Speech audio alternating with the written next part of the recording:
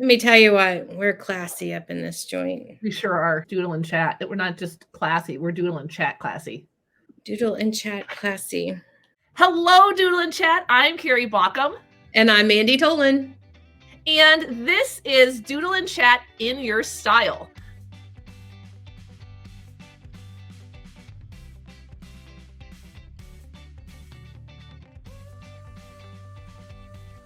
A brand new episode.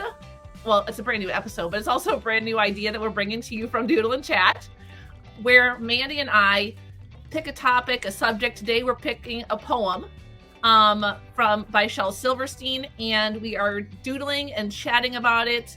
So we hope that you will either find the same poem and doodle and chat along with us, or pick your own poem or the same poem and doodle and chat in your own style.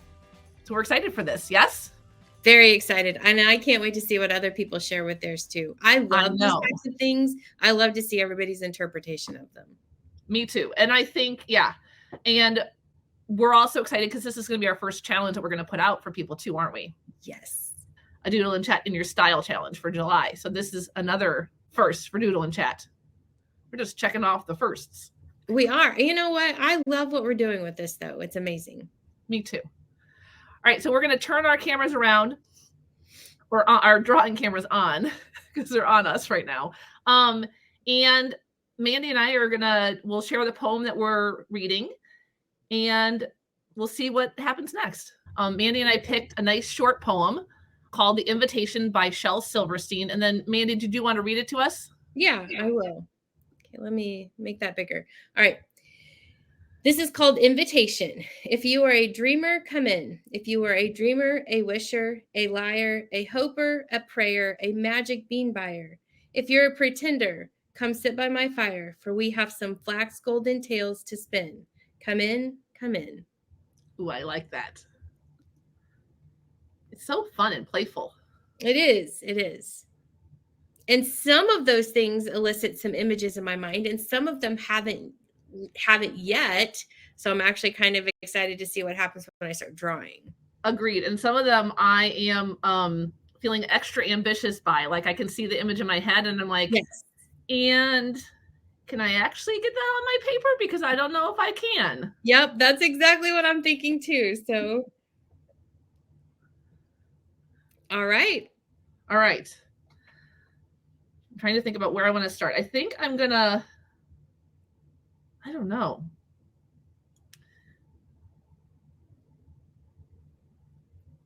Are you just going to dive in with the doodles, you think? I was going to highlight some words and make those my anchors. What were you thinking of doing? I think I'm just going to doodle the words. Yeah, I think I'm just going to doodle around the words, like the ones that jumped out to me. I like that.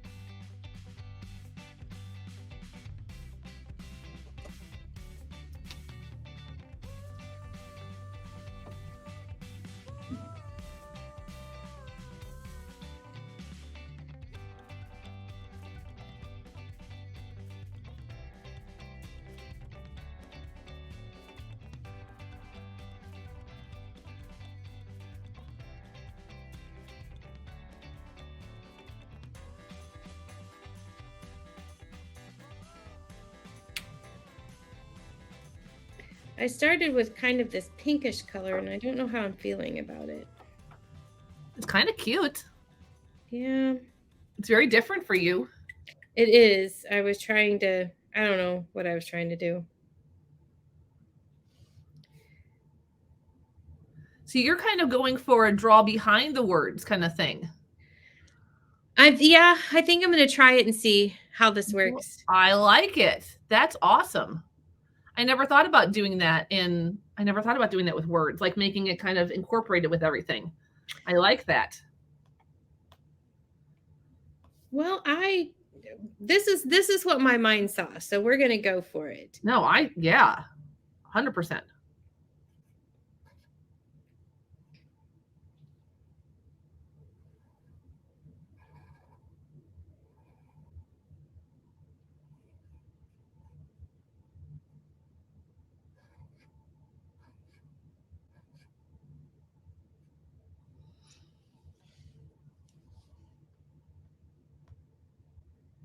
I was going for a wishing well. I don't know that.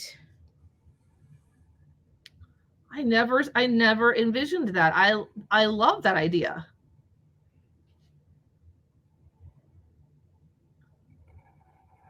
And I was super stuck until I saw invitation, and then I thought of that little emoji. Okay, so I almost did like an invitation around that as well. That was one of my first thoughts too, but then I saw dreamer and wisher and I liked that. Yes.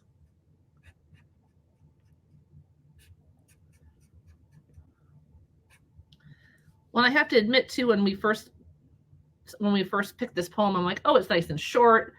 We'll be superly instantly inspired because it's one of the first poems in his Sidewalk Ends. I shouldn't say it's one of it. It is the first poem. I'm like, it'll be super inspiring. It'll make us visualize. And now I'm kind of like, and these are some heavy, not heavy, but they're more complex visualizing words.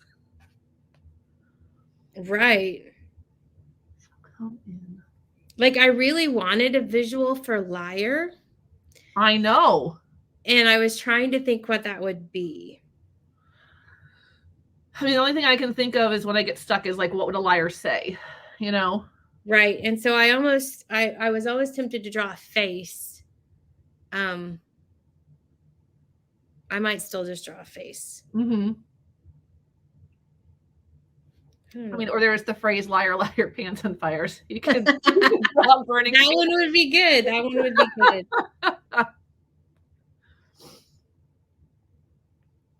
Well, and I usually tend to like sketchnote and draw right next to my words, but now I've got the little letter up here and I've got the mailbox down here, and I'm trying to like now, and you are going behind the words, so now I'm kind of like, I think I might go out of my comfort zone.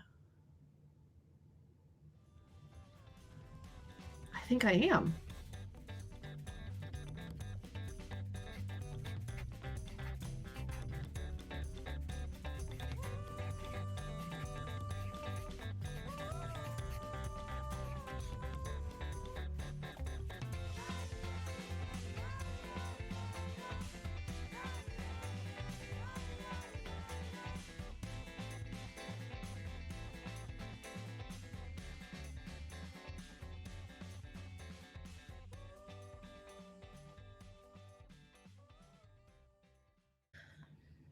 See what that looks like in the shape. I made a sack of magic beans.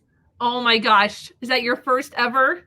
Yeah. I don't think I've ever drawn a stack of magic beans. I haven't either, but I tell you what, Jack and the Beanstalk was one of my favorite stories growing up. And I don't know why, because it's actually kind of a creepy story if you think about it. I think a lot of those things are actually really creepy stories if you think about it.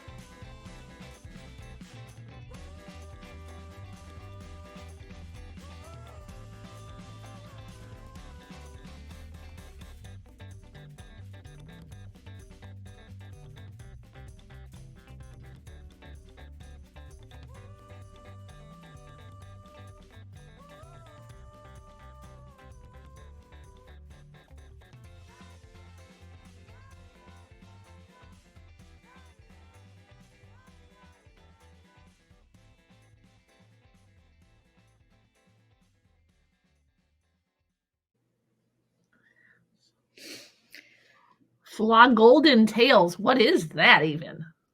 Flax golden tails. Oh, flax. Flax seed is golden. And so I think that's just describing, like further describing golden. I'm also trying to come up with a pretender.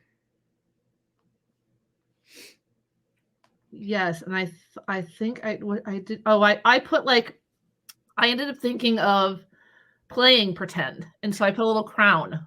Oh, I like that too. I was gonna do like a dress up hat. That's funny. We have the same minds. I think I need to move mine up so people can see.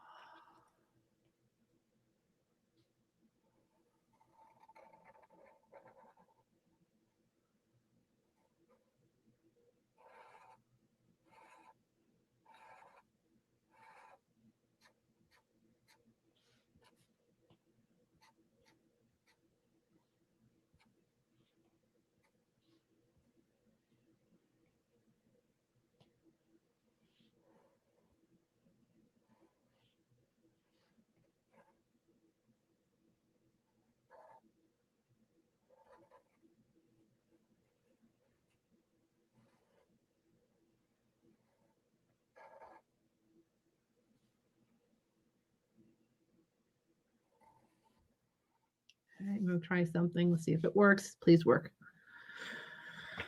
Deep breath, Carrie. You could do it.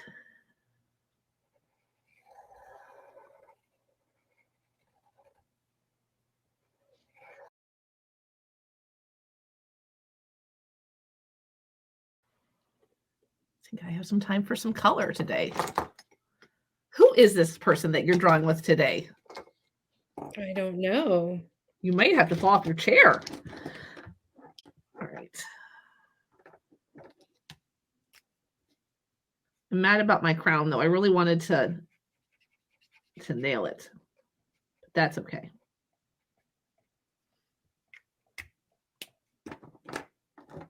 I'll get over it. First thing I've messed up. You make me laugh. See, look at yours go all over the page. I like that. I have never done anything like this. Like this is so different than how I've ever sketchnoted. Ever. I love it. But I love yours too. It reminds me of like the readers, you know, where you're reading and the words become an image, the beginner readers. So tell me about your knitting. What part is that? The flax golden tail spin. Oh, spinning the yarn. I like it. That's the only thing I could think of. Well, I am preparing to see if I can draw like an actual tail.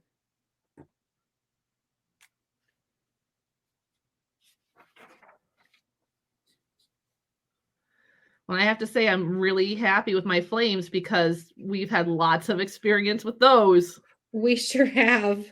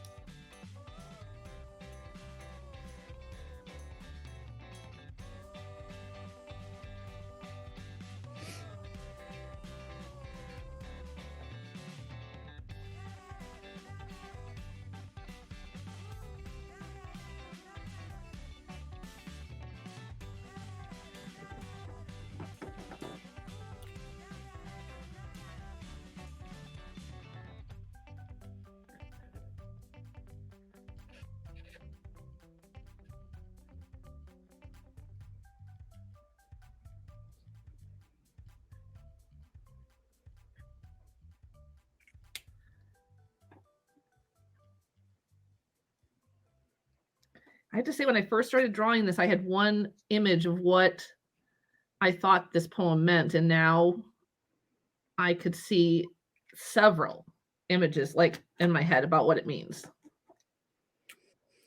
It kind of looks like a snake, but that's okay. It was intended to be a spinny tail. Oh, I like it. I'm not sure I like the color choice, but once I started, it was too late. It doesn't translate to the screen very well, but on like what I'm looking at, it's actually kind of cool. Here, let's see.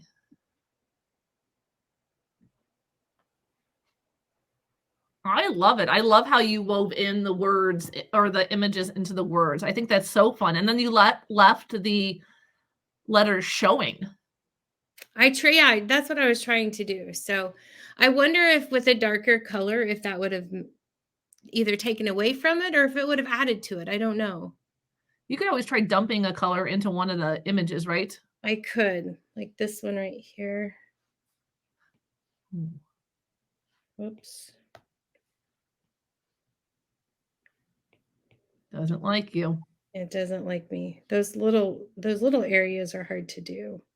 They are. Oh, hey, that filled out the whole thing. I like that. And then you could add color underneath, like you could color. Yeah. Yeah, I could. I might do that. Did I switch layers? Oh, I did. That's why I didn't color that layer.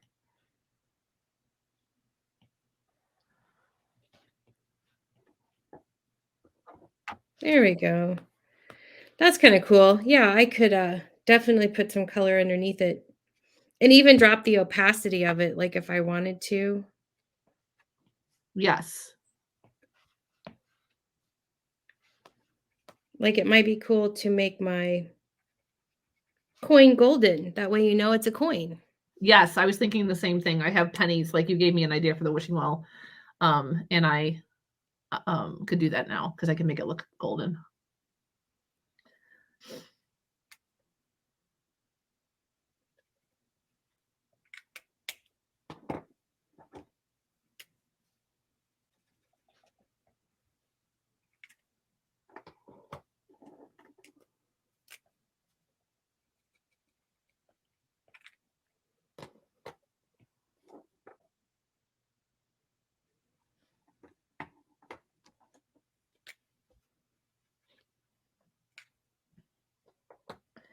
I'm liking this idea for even just I know we've been on that route of like beginning of the year activities, but this one could be fun if you find a different poem, or even this one. I would love to see what kids think about this poem, although it might be a stretch for kids who haven't sketchnoted yet.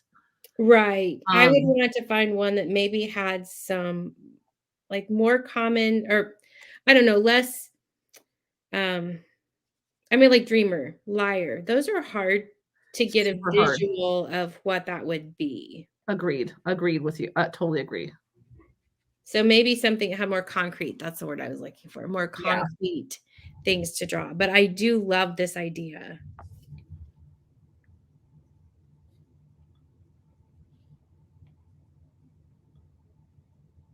Or even I know there's some educators out there that do like about the kid poems, you know, in the beginning of the year. Yeah. And so like what could you add to that? So like instead of like the me bags and things like that, what if kids drew, or what if they got a choice of what they wanted to do, you know? Oh, and I love giving kids choices. But I even just especially love how your words are, I mean, your pictures or images are woven into the words. I have thought, because I have always doodled on things. I mean, every staff meeting, like if you give me a handout, I'm doodling on it. And sometimes it's what the person's talking about. And sometimes it's just random things to keep me focused, because that does help me focus. Mm-hmm. But I think had I had this knowledge, had I had this idea in college, I think I would have been more productive. Agreed. Like I remember like last summer I did a book study on how to be an anti-racist, and I knew that content was going to be super heavy, and I was I was nervous about it because you know it always teaches you about yourself and you want to be your best self, but you know it's going to make you think about things about yourself. And I was like getting nervous, and I was like, okay, Carrie, what would you do in the classroom? You know, and I'm like, get out my Post-its, get out my paper, you know, read it and imagine it, and it helps you connect, but it's also less intimidating. Right. Because it gives you something to just, I don't know, for me, it gives me something to hook onto, to anchor onto. I agree. I did a book study on Stamped from Ibram Kendi, Mm-hmm. and I doodled every chapter.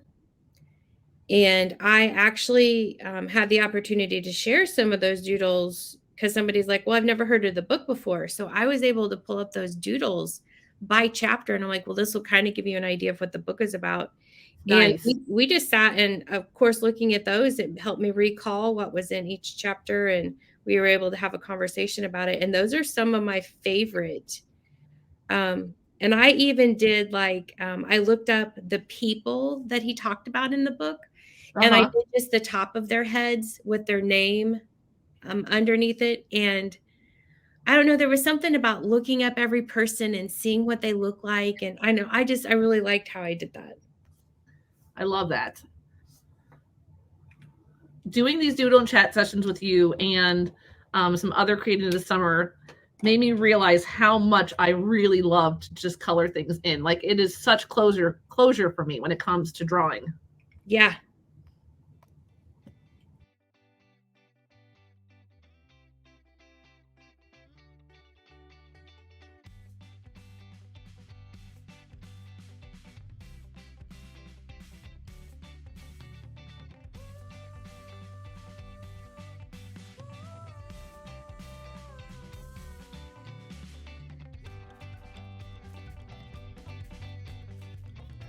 Yay. I love you went with the red brick. Very Yeah. nice.